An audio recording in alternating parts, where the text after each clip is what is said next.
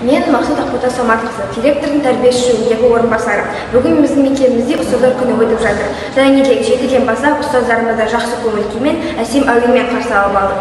Және де сабақтардың бүгін жақсы өтуде. Сағат 12-де мұғалімдерге арналған іс-шарамыз, және сол іс-шарамызға ардагер ұстаздарымызды шақырған болатынбыз. Ғалымда кеншіде басиетін, ұстазың бар сенің қасиетін.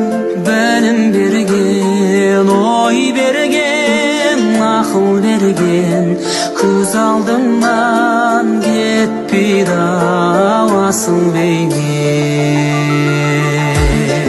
Ұстазым,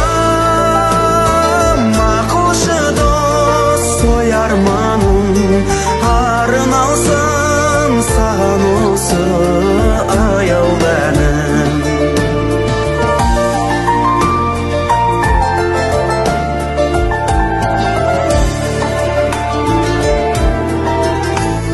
Күтеді біздерді үміт алдан, ұстазым мен сені ұмыта алмам. Үйретем деп өмірдің парасатын, ағарды ғой біз үшін қара шашың.